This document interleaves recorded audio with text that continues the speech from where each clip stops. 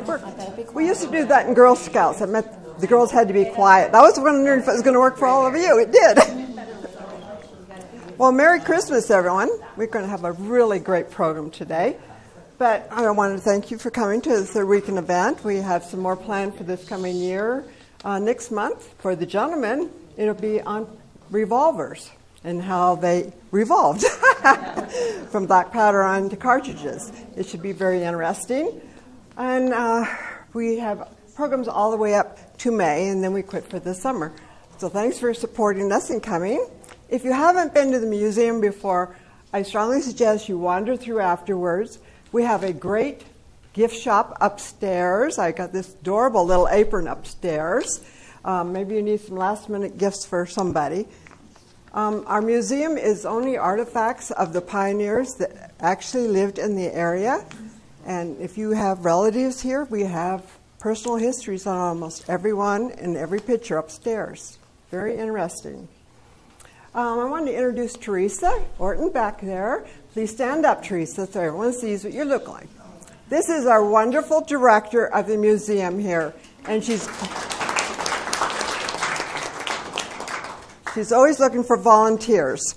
If you wish to contribute more time, I mean, there's many volunteers in the audience already, including myself. But today's program is going to be on Pioneer Christmas baking.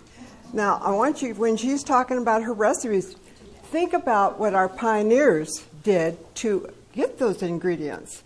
I mean, they didn't go to the grocery store and get a dozen eggs and a pound of flour. They had to work hard for it.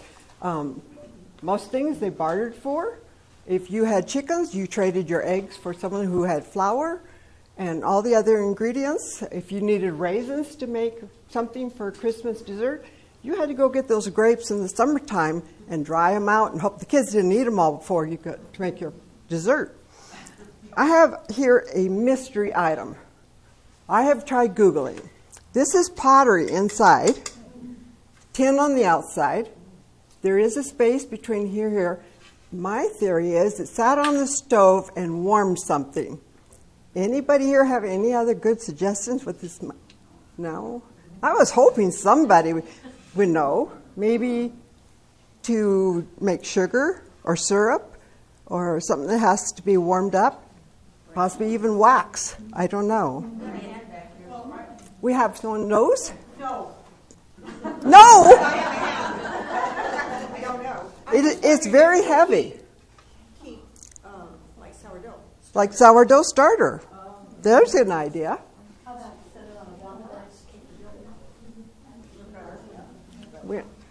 I'd love to know what it was used for, but I brought it along.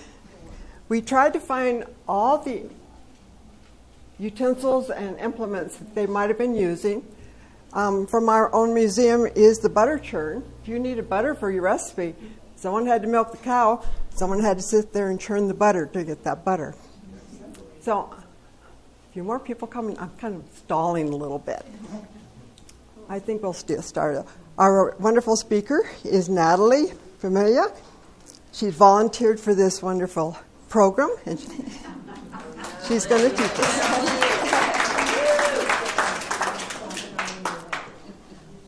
Merry Christmas, and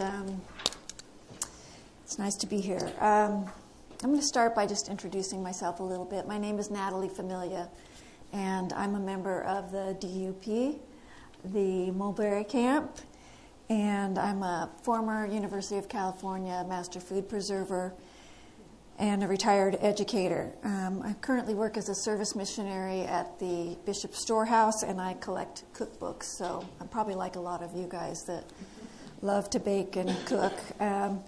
Today we'll be talking about the Pioneer Christmas baking, and we're going to talk about the time period, mostly from 1860 to 1870, and we're going to be talking about this location, so what they might have done here.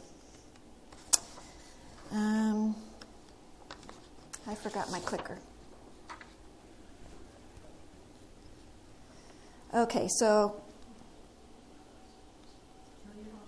it's off. Okay.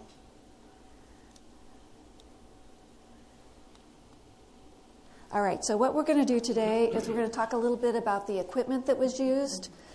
You can see a lot of really great things on display. Most of these are from Dixie Miller's private collection. My favorite one is this little thing that does a design on the edge of a pie. But she's got a lot of different things for you to look at when you're done. We'll also be talking about the ingredients and how they were procured. And then we'll go through 4 quick recipes. We can just kind of preview them because we don't have, obviously, a stove or an oven. But we'll talk a little bit about them. A quick bread that they might have made, some English bread pudding. Of course, there were lots of immigrants from different places. German ginger molasses cookies, and Danish Abelskiver. So we'll start with some of the equipment that they use. I know I don't have to look back here, but I don't. Okay, so a hearth is central, very important. In its basic form, it's a fire pit, and it was the central cooking area that they would have used. It was usually made of stone or bricks or clay, and it served as the heart of the household, and it had a lot of important functions. Of course, it was used for cooking. It was the primary cooking source, and they used cast iron pots or pans or skillets to cook food directly on the coals or over the open flame. And we have some examples here. Here's a cast iron Abelskiver pan, and then we've got a Dutch oven that we'll be talking about here in a minute. They also used it for heating. It provided warmth during cold weather and for lighting in the evenings. It was crucial to have light in the evenings, but the candles and oil lamps, sometimes the oil was expensive, or the candles were expensive, and they were hard to obtain, and they were not always affordable. It was the social center, so it was where they would gather for songs, for stories, for music, and games. They also used it for preservation. The hearth was a place that they would dry herbs or vegetables so that they would have them during the long winters, or meat. And of course it was used for baking. Breads, pies, cakes, sometimes cookies, using the radiant heat from the fire, or by placing pots directly in the coals or in covered pots. So it's kind of an enduring image of frontier life that everyone had a hearth of some sort, primitive or a little bit more sophisticated. Major piece of equipment that they would use would be the Dutch oven. They were especially popular for baking bread, casseroles, pies, and they used live coals, just like we would for when we go camping with a Dutch oven. They were also known as bake ovens, and according to legend, they were invented by Paul Revere. And a bake oven was an item that was on the list of items that Brigham Young made when the pioneers were coming on the trek. That was one of the suggested things that they would need to bring on their trek from Nauvoo. There is a statue in... Can't hear me? Okay. Is there a way to turn up the mic, or should I talk louder? Talk louder. Okay. He's gonna mess with the mic for a second.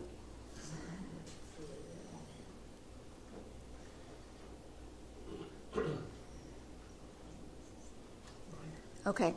So I don't know if any of you have seen it, but there's a statue in Salt Lake City that has a hand cart on it. Is that better? Yes. Okay. A hand cart for the people who to honor the people who entered the valley in the 1850s. And it has a Dutch oven hanging proudly at the front to show the importance of this fundamental cooking tool. There was a pioneer by the name of Patty Sessions, and she contracted malaria along the trek. And she got sicker and sicker. she realized she was on her deathbed, so she started giving away her prized possessions, and the chief one was her prized Dutch oven. She gave it to a neighbor along the trek, but luckily she recovered, and the first thing that she did was she went back and retrieved that Dutch oven because it was so important to her. Yes. Some Dutch ovens were passed down as family heirlooms. Some of you may have them. When Food Network star Bobby Flay came to Utah to film his show called, what was it called? Food Nation series. He met with a man named Brian Terry, and Brian Terry showed off his Dutch oven that was 150 years old. He said that it had fed Butch Cassidy. That was the family lore from it. And he used it to win the 1999 World Dutch Oven Cook-Off.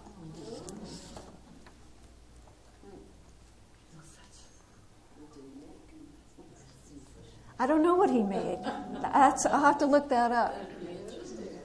So, yes. A sculpture right across the driveway of a Dutch oven and a cowboy. By the courthouse? Our park lot. Yeah, by the courthouse. By the courthouse, there is a sculpture with a Dutch oven. Okay, I'm going to go check it out after.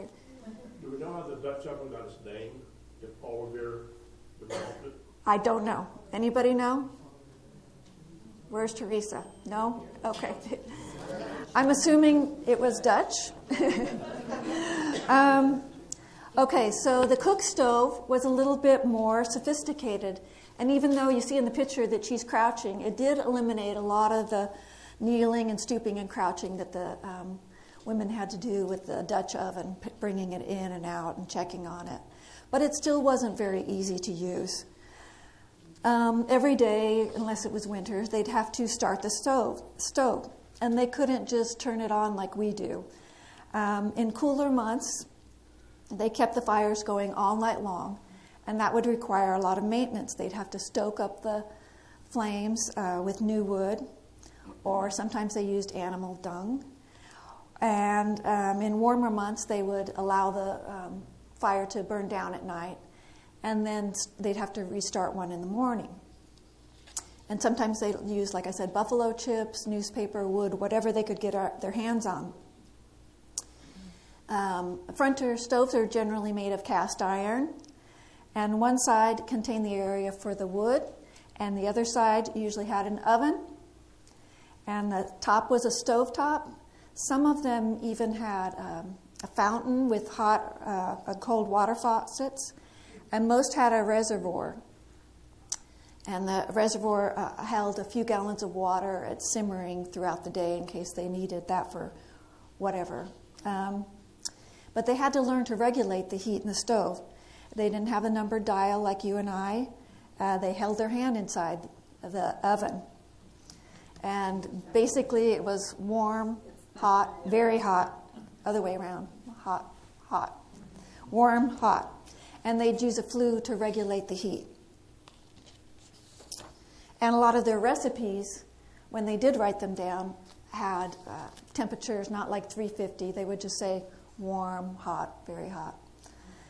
Let's see. So we talked a little bit about the equipment and kitchen tools that were commonly used. Wooden spoons were popular, ceramic bowls, tea kettles. If you look around the museum, as Dixie said, there's an apple peeler, a really cool bowl collection, bread pans. The butter churn is right here from the museum, and different molds, the flour sieve, the muffin pan, cornbread rack, pie rack, and a rolling pin collection, which includes a decorative blue glass rolling pin. Teresa, do you know where that is in the museum? What? The blue glass. It's in room 5, and it's in case. It's towards the north end of the. It's underneath the clocks. Okay. And it's on the shelf. Jan? That case. Where the docents normally sit when they're not working, it's right behind them. Okay. was also not a rolling pin to be used. It was a gift, hollow, so that people would fill it with baking soda or sugar or salt and something, and it would be given to somebody else. Oh, that's interesting. So room 5 today, you can check it out. I went and looked for it the other day and I couldn't find it, but I think I was in a different room. You were probably in the kitchen room. Yes, I was. Okay, so when Mormon pioneers arrived here in Utah in 1847, they brought with them seeds for various crops, including like wheat and oats and all the things that were staples for them. And it became a priority for them to try to get wheat going because it's such an important crop for still today. But there were a lot of challenges for the arid culture, the arid climate and unpredictable weather. But they were resourceful and industrious, and they were able to successfully cultivate wheat in the northern regions. So the residents of St. George would have probably traded or purchased it from the north. Sweeteners. So the Church of Jesus Christ of Latter-day Saints backed an experimental sugar factory. Where? Do you know where it was? Sugar House. In the 1850s, but it failed so miserably that not even Brigham Young, who was an optimist and really on the bandwagon to try to get sweeteners out here, could find it edible. It was a nasty, terrible syrup. It didn't take off in the southern Utah area until the 1890s when somebody figured out how to grow sugar beets in alkali soil. So sugar was very expensive, and it was rarely used except for special occasions such as Christmas. And it probably would have been brought from back east during this period. Molasses is another sweetener. It's a byproduct of the sugar-making process, and it comes from crushed sugar beets. Sorghum stalks could be extracted. They could extract a sweet syrup from crushing them. And they used it for sweeteners and for a preserving agent. The development of the honey industry in Utah mostly centered on the period between 1850s and 1870s. Brigham Young was the first documented settler to have a beehive. Yes? I didn't understand. Where did sorghum come from? It's just a stalk that grows. It's a plant of its own They grow it here. species. Yeah. They grow it here on cotton days. They have demonstrations. So it doesn't come from sugar beets. It's its own plant. Yeah. So Brigham Young was the first documented settler to own beehives. He wasn't a beekeeper, but he did own beehives. He was determined to discover the secret. I think he must have had a sweet tooth, but it was rare in desert territory, and so things like honey and beeswax were also rare. So they decided they'd have to bring them to Deseret, and they wanted to start a honeybee industry. But they discovered that the common American honeybee was not really suited for Utah. So they began importing the European honeybee from the eastern part of the country. And by 1871, significant colonies of bees were coming by railway. And by 1874, they did have a beekeepers association.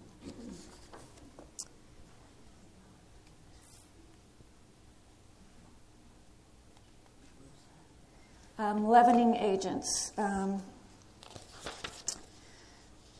see. For most of all of our human history, the main rising ingredient for foods has been yeast. But yeast is very finicky, and it's easily killed by cold weather, by hot weather, by bacteria growth.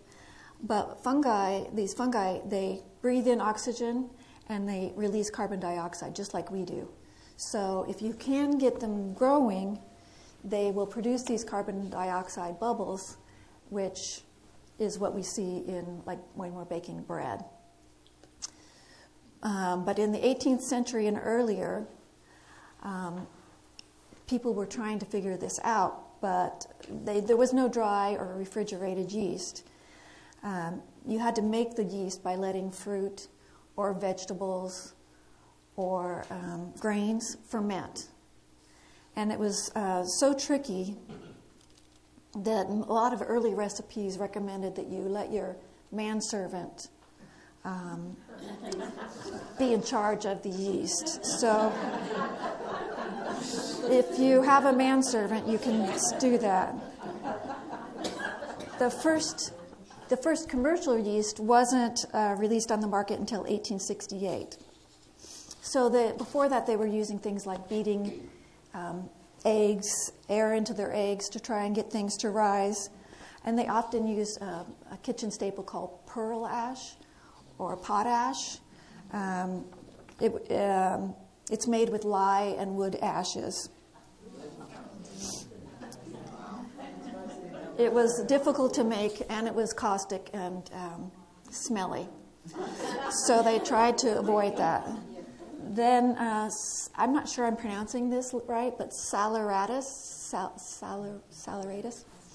was a naturally occurring mineral found in the western United States, especially in like the dry lake beds. And it was just high in alkaline substance. It was a bubbly white crust. And the pioneer women would collect it and use it to leaven their biscuits or their breads. And it's really similar to baking soda. It's basically the same. Yes? During the winter time, if you drive around St. George and see the lines of little white streaks on the dirt, that's saleratus. Okay, saleratus. Okay, thank you. She said that you can see it around here in the wintertime. There are layers, streaks on the red dirt. You'll see those streaks as you drive around, and that's what the saleratus is. Yes. So in 1846, they introduced baking soda, commercial baking soda. It's a salt that can react to acid and create carbon dioxide. But baking soda has to be mixed with an acid, so a lot of times they would use sour milk. But it was very unpredictable because they didn't know, it depended on how sour the milk was. They didn't know how much to use and how long to bake things for. So finally in 1854, a Harvard chemist came up with a combination of acid, phosphate, and sodium bicarb. And he added a bit of cornstarch to it, and that became baking powder. I'm also going to include cream of tartar here. It's a fine powder made from tartaric acid. It's a byproduct of winemaking, and it's found on the inside of, the wood wine barrels that you see. And it's an acid that helps with rise. So that's a lot of the ingredients that would be commonly found. So for this fruit and nut bread recipe, we can see here, we talked about the flour and the oats, the sugar and the baking powder. We talked about a lot of these things. Eggs and milk probably would have come from your backyard or from a dairy, maybe in Santa Clara. Peaches could have come from Hurricane, and the same with pecans. Just so you know, this recipe can be, it's flexible. You can use it with raisins or other nuts. I did it today with apricots because that's what I couldn't find, dried peaches, but I found dried apricots. And so we're going to do like a quick preview of this recipe. When I made it several times. I'd say it tastes more like, and there's a sample over there, it tastes more like a English scone, more dry than we think of moist banana bread or moist zucchini bread. It's not like that. But it's okay for a pioneer. And I'm going to make half sizes of each of these recipes in here. Let me use this bowl.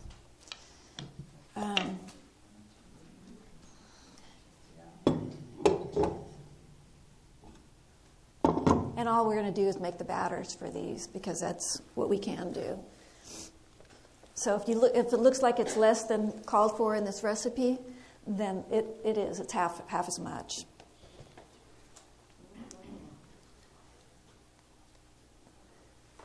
So we're going to combine the flour and the oats.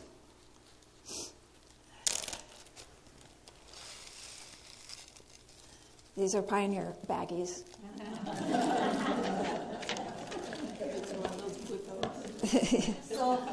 It's just regular. Mm-hmm. Wheat flour, I suppose. It probably was, but this isn't. We're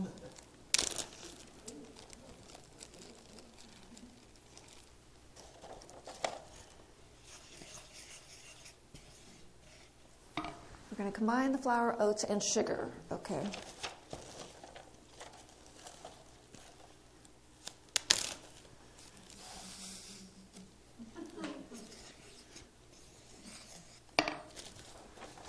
And stir well. In a separate bowl, we're going to combine the milk, egg, and melted butter. We'll see if my butter is still melted.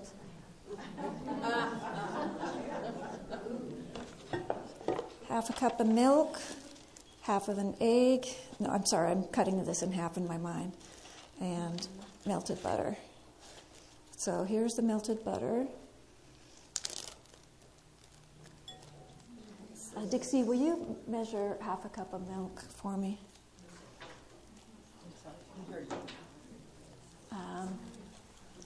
The milk's here,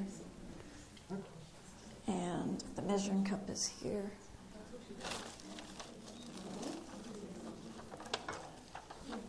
Okay. And put it in this bowl. This one hasn't got the plastic off of it. Oh, sorry. I'm sure Pioneers didn't have to go through this. Yeah, they just had to get up early and milk the cow instead. Anybody got a knife? No. My grandmother liked to cook, but she never had any instruments to measure things. Right. It's a fistful. You used the right size bowl every time, and you made a mound of flour this big. You made a hole there, and then you put the egg in it, and this much salt. That's the way I kind of learned, but I'm not a baker. I've had Natalie volunteer, and I don't think we're going to get this open. Up. Hey. This is how much? Half a cup. Half a cup. Yeah. It's got me working, and I don't know how to do any of this. That's a half a cup. Okay, go ahead and put that in. Mm-hmm. And we're just going to combine, like you usually do for muffins and things like that, the wet ingredients with the dry ingredients.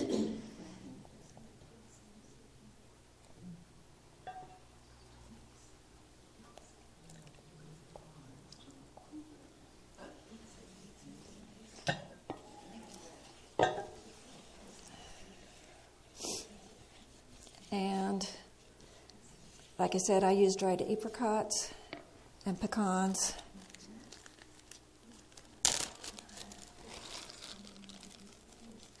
And then this would go into a loaf pan and be baked according to the instructions. And it looks, like I said, more like a kind of a muffin-y thing like that. And that's it. So the next thing we're going to preview. Let's see, can I stick this somewhere? Okay. Thanks.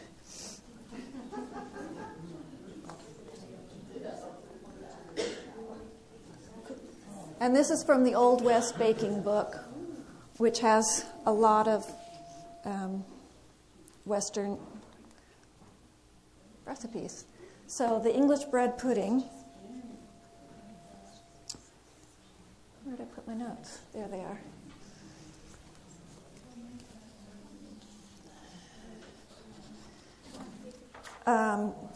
So the pioneers didn't waste anything. So if bread was stale, they wanted to find a use for it. And so they would either use it for breadcrumbs, or they would put it in beans to thicken up the beans, or they would make bread pudding was very popular. This type of pudding was brought to Utah by English descendants who remembered it as a rich and indulgent dessert, although when they were at their worst, they often made it with water instead of half and half or milk or cream. And they were grateful for it. But anyway, they used bread because it held the moisture well and because it had a soft texture. Thanks. Nutmeg and vanilla were valuable for settlers, including the Utah pioneers. And they loved it because it was warming and it smelled good. And because they used such basic items like flour and eggs every day, it made them something really special. And so it would have been a holiday dish or something like that they would have used it for. You can add raisins or prunes or apples to this recipe. If you do, add half a cup when you soak the bread. So we kind of messed up. Okay, by we I mean me. We're supposed to start this half an hour ago. It's not like the Food Network. But, so this is stale bread. And what do we need? A cup and a half? Will that be? Yeah. Okay.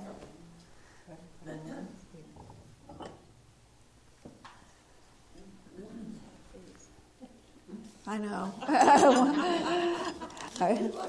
I found out that an egg is about 3 tablespoons, so.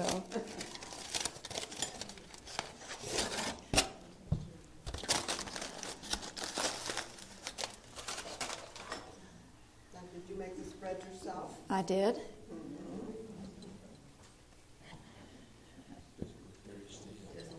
It's not stale. It was in my freezer. Let's see.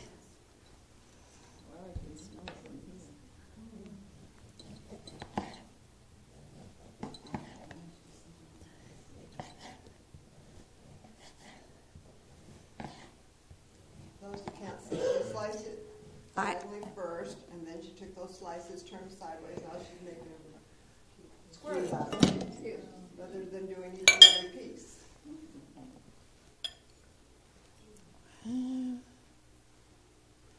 That's about a cup and a half. Okay, so we were supposed to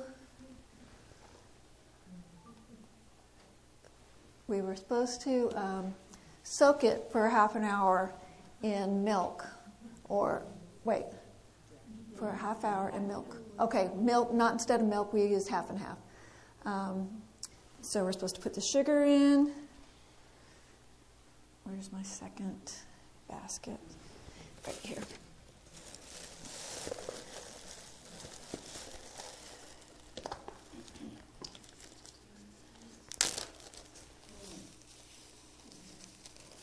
And some cream, or half and half, or milk, whatever you're going to use. We need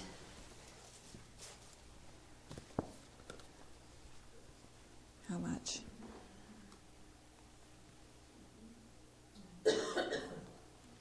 1.5 to 2 cups.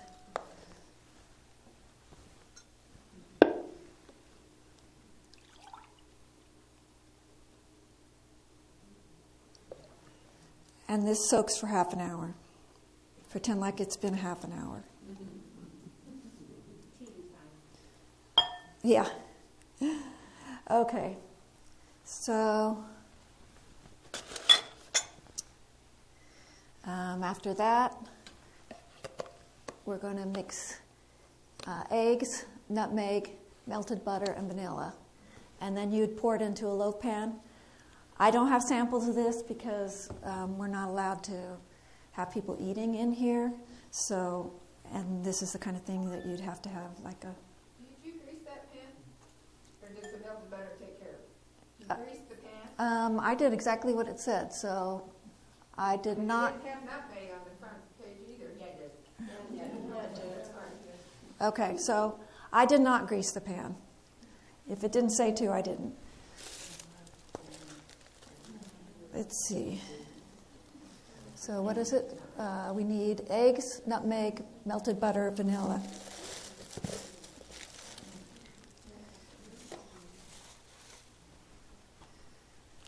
And this, but I did try this at home. I tried it a couple of times, and my family liked it. I put caramel on it. That helped. Good job.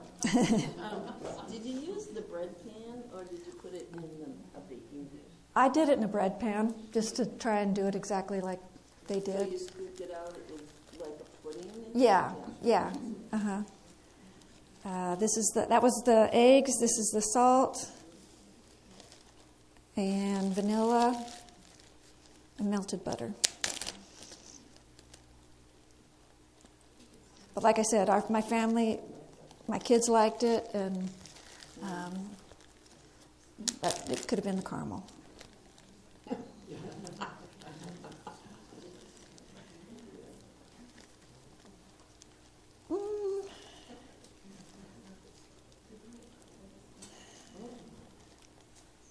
I'm going to pretend like that's in. Okay. You could actually use raisin bread with that, too. You could use raisin bread, yep. You could add raisins to it. More cinnamon. I mean, there's no cinnamon in it, but you could do cinnamon. Yeah. And this is what it looks like. And it just comes out kind of custardy, but the texture of the bread is still there. I don't know if you can see that. But let's see. Okay. So then you put it in a pan of water. You put it in a pan of water, yes. Yeah, that is kind of important because that makes it like you do with cheesecake sometimes. Yeah, more custardy.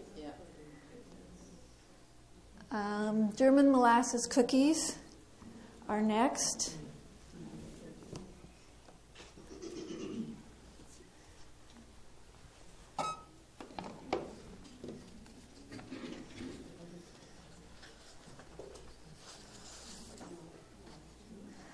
Cookies were not as popular, and I think it was probably because they were so hard to get just right with their ovens, but they were sometimes available.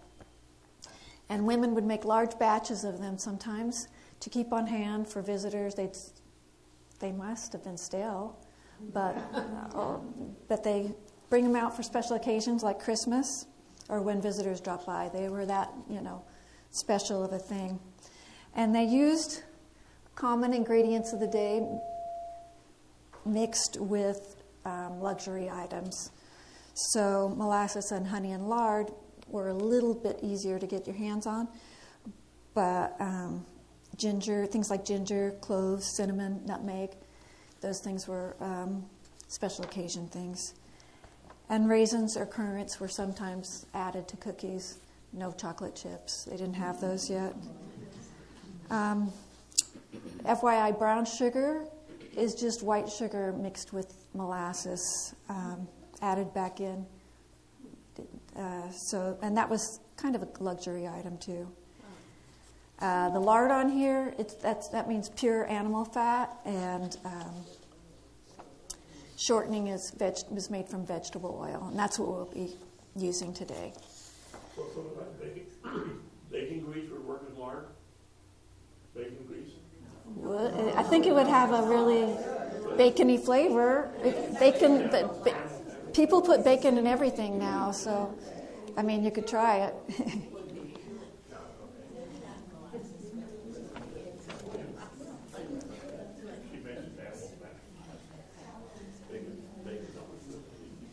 Bacon's good in everything, yes.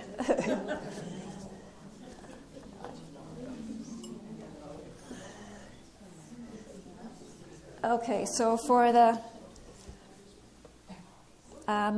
molasses cookies, and I just love that things came from all over the world and settled in this little valley, or is this a valley? Yeah. And settled here. There's nothing, I didn't do anything with the Swiss, but I know there's a lot of Swiss people here. And so these would have been from the German influence. And we're going to mix the brown sugar, shortening, molasses, and eggs.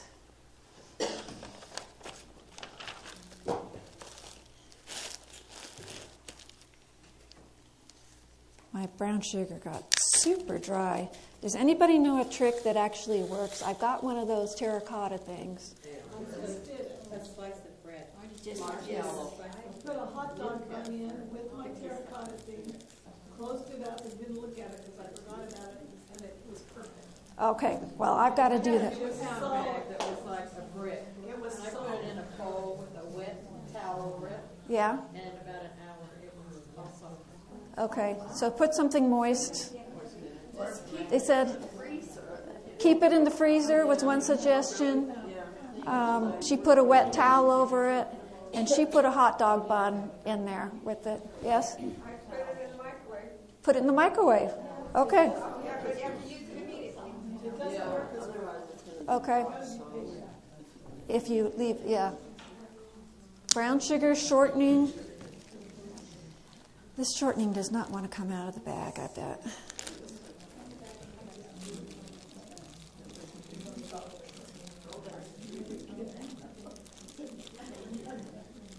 Good enough. Eggs and molasses.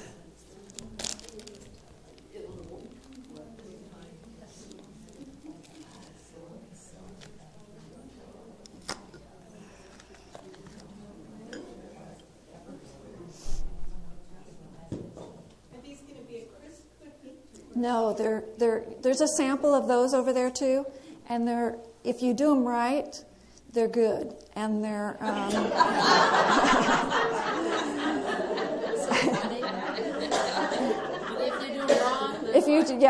But the main thing is you have to bake them just at the right temperature because they can get hard, but they're pretty chewy.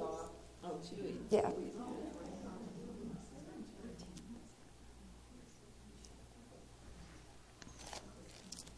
And egg we already did. So then this is not going to work very well because of this hard brown sugar.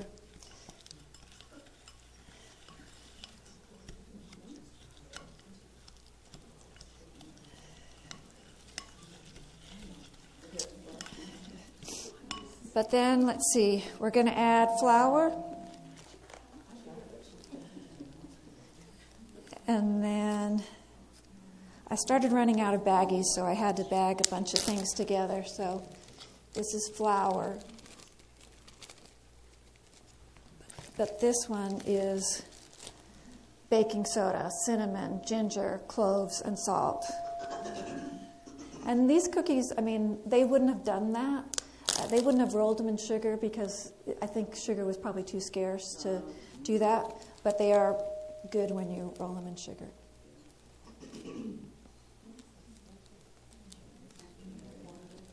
And you can probably smell this one.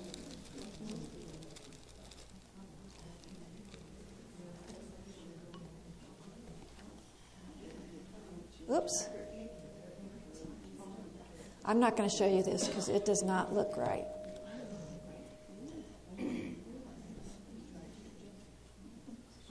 Okay. I'm not going to show it to you because it just is not mixed.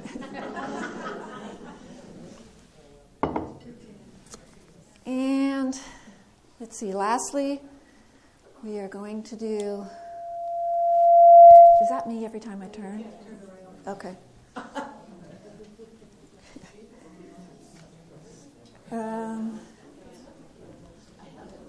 put my directions.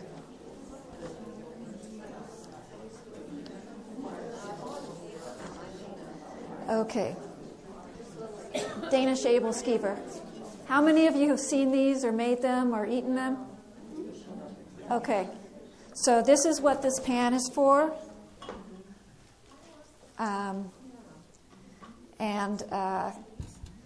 I will say that the trick is to try to turn them over. That was what I struggled with.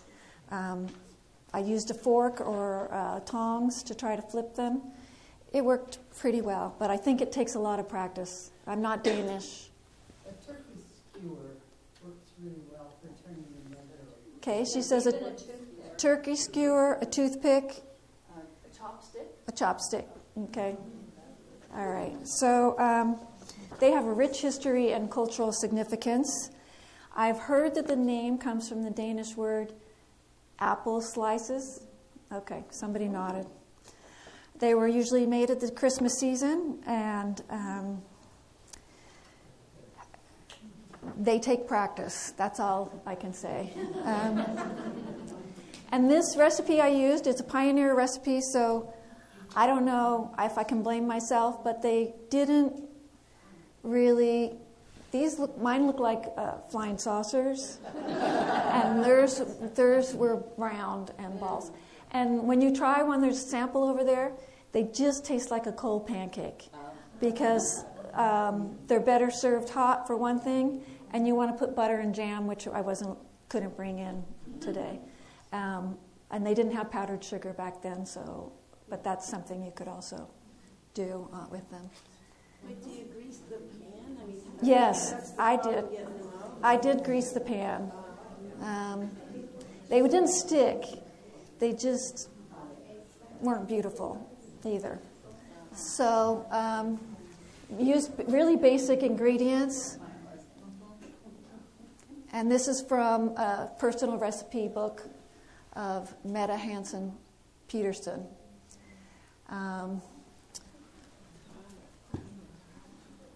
Thank you. And I was going to make the bread pudding in the loaf pan, and I forgot, so now I have to make the Abelskevers in the loaf pan. Where did the cream of tartar come from? Where did the cream of tartar? That was the tartaric acid that they would have used, that comes from the inside of wine barrels. Oh, it's the same thing. It's the same thing. Yeah. And it's used in things like this, or snickerdoodles is the only thing I can think of that I use it with. Lemon meringue. Yes, that's true. So we're going to use, got the wrong recipe, egg whites that were beat. And I think that's part of my problem is, I don't know if I didn't beat my egg whites enough, but I made the recipe 3 times trying, and they still came out like flying saucers. So honestly, I've made them before and they came out better, and I just used Krusty's pancake mix, and they tasted the same. But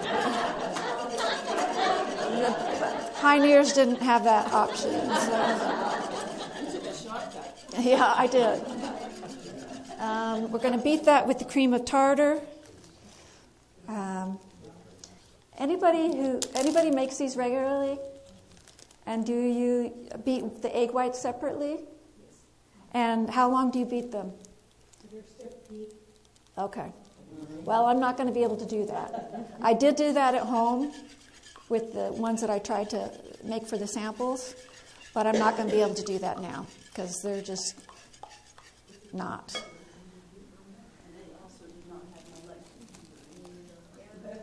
Yes, they didn't have an electric beater. I just don't know how they would have done that. I mean, stiff peaks by hand? I have a friend that's a French chef, and he does his egg whites and his whipped cream by hand all the time. Okay.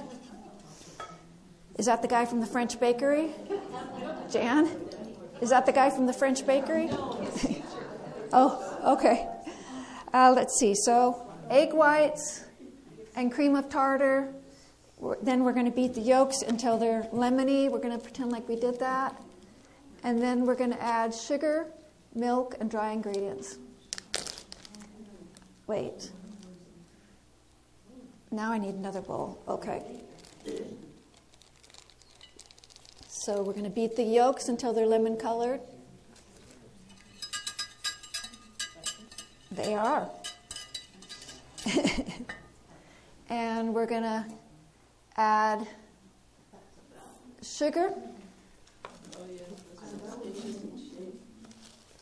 Not much sugar.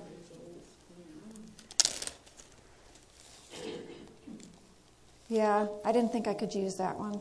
That didn't seem right. And add sugar, then milk. How much milk? Where's my clicker? 3/4 cup of milk. I feel like I'm missing an ingredient. But I've got, let's see, eggs, flour, milk, sugar, and salt. I did the cream of tartar and salt together. Okay, so that's that. And it just looks like, again, pancake mix. And that's basically what it tastes like. 3/4. You want that in? Yeah.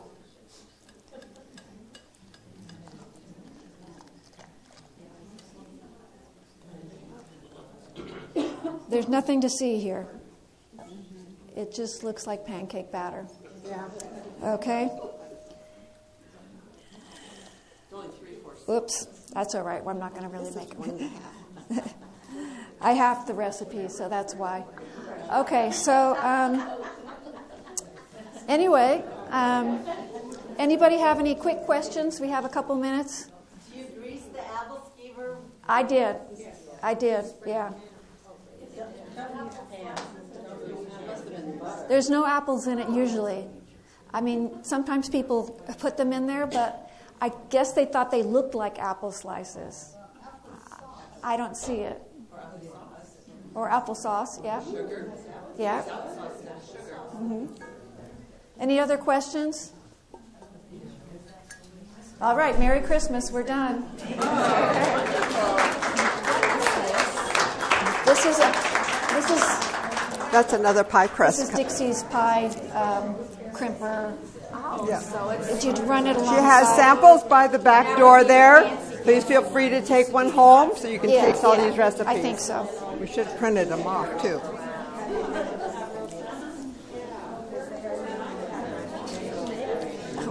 Oh my God, that was so much work. I didn't volunteer. They asked me, and I said I would help Jerry Gordon. She was supposed to do it, but then Jerry couldn't. So thank you. I like to bake. Yeah. Hello. It's Dixie. Yes. I'm Eric. I'm from Quite the a St. bit. George News. Yeah. I just wondered if you could help me spell some names. What's your Yes, last it's name? been in my Miller. freezer for about several That's an months. easy one. That's an easy one. And you're with Taste daughters. it first. It might have. Years, yeah.